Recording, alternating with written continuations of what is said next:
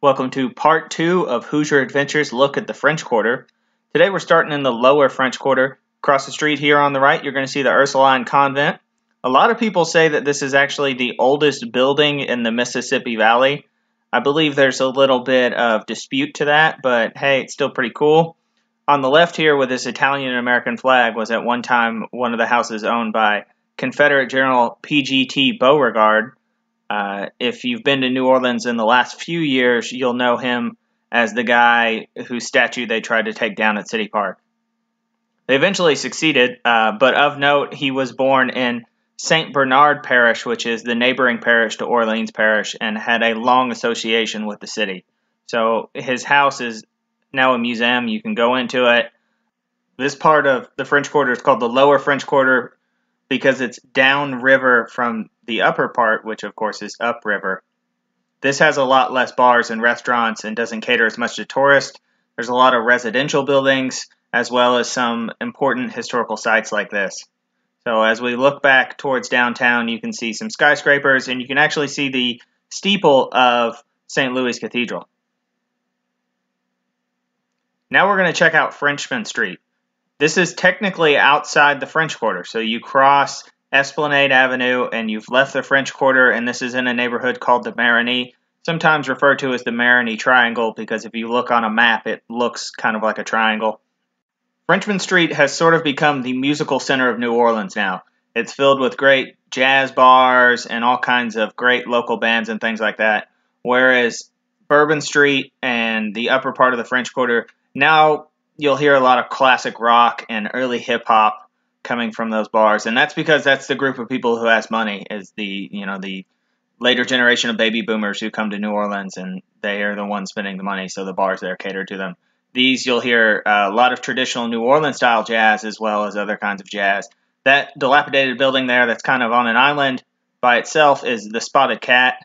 If you've ever seen the episode of The Simpsons where they come to New Orleans, it's where Lisa uses her fake ID to go inside and listen to jazz. Frenchmen Street's really becoming a tourist hub now that everyone knows that, hey, that's where you go to listen to jazz. But warning, if you are visiting the city, the neighborhood gets extremely dicey if you get off of Frenchmen Street. So the rest of the Marigny can be pretty violent, and there's a lot of shootings and a lot of robberies, especially of tourists, late at night in this general area. So if you're going to go to it, be careful.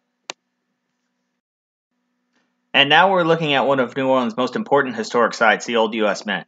The Old U.S. Mint is in the lower French Quarter. I'm actually walking across Esplanade Avenue right now, which is the official boundary between the Marigny and the French Quarter.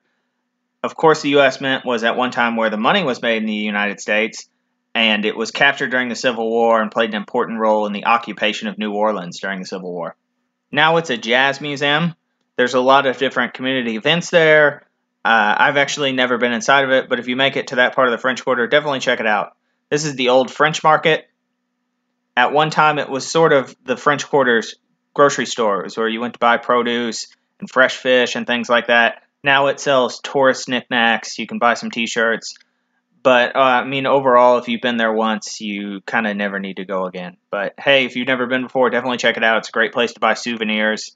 And it's a very important historic site as well because the French Market dates back hundreds of years.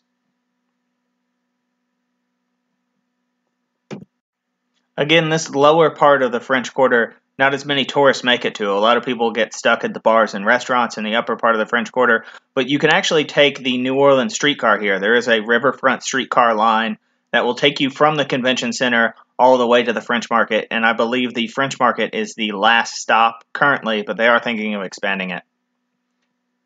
Here you can see the backside of the U.S. Mint. It's a real cool building.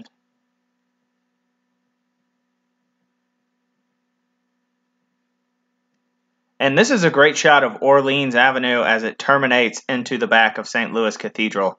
At night, they actually light the statue of Christ, and it reflects off the wall of the cathedral. It looks really cool at night.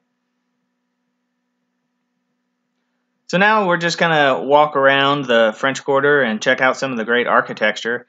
On the right up here, you'll see this very dilapidated building with a line out front. That's actually Preservation Hall. They do at least 2 shows a night. I believe in some cases they might even do 3 shows a night.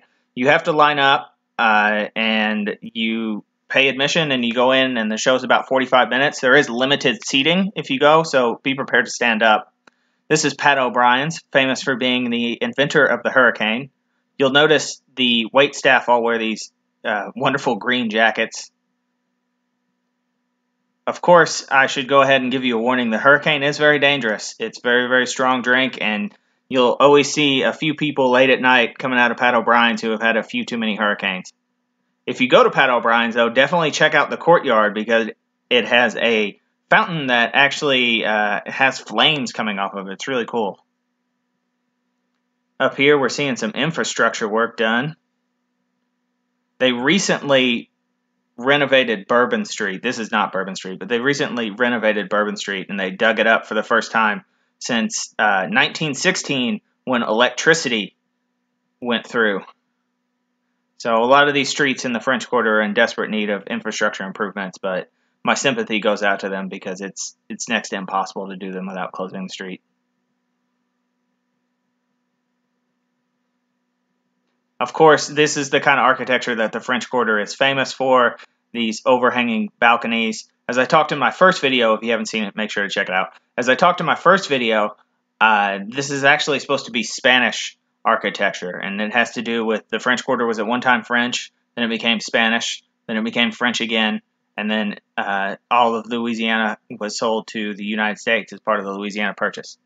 If you want some more information on the Louisiana Purchase, like where it was signed, which is in the building next to St. Louis Cathedral there that you just saw, make sure to check out my first video, French Quarter Part 1. This 300 thing is for New Orleans celebrating its 300th birthday. I jokingly told my wife that it might also have been the number of homicides in the city last year, and they were celebrating because it's unusually low. That's only half a joke. And up here, you'll see the Great Mississippi River. So if you're going to make it to New Orleans, you got to check out the Mississippi. It is odd because in most of New Orleans, you have to walk up to the river because of the levees that keep a lot of the city from flooding. But the Mississippi River is amazing. It's amazing to see all the river traffic that's on it, especially large container ships. Here we're walking across a railroad that has both the New Orleans streetcar as well as it handles freight traffic, and it's rather busy. So be careful when you're walking across these railroad tracks in the French Quarter. I've seen some people get a little too close to different trains. It's a little bit scary. And that is the steamboat Natchez. There are two different steamboat cruises that you can take from New Orleans. There's the Natchez and the Creole Queen, as well as some other long-distance options. The Natchez offers a jazz cruise, and the Creole Queen, you can take a ride to the battlefield for the Battle of New Orleans, which I and my wife did one day for my birthday, and it was amazing. So if you're really into history, to visit the New Orleans battlefield is wonderful. Great experience. I had a great time on the river cruise as well. This is the Jack's Brewery from the other side. If you saw my first video, you'll know about the Jack's Brewery. If not, make sure to check it out. Now here is supposed to be the deepest point of the Mississippi.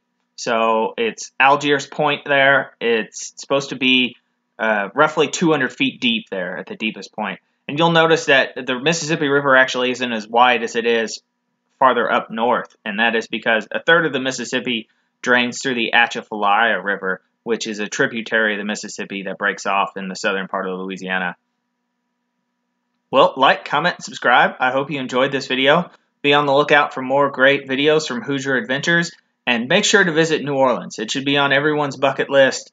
I know that I've made a few jokes at the city's expense, and I won't take those back, but everyone should visit New Orleans.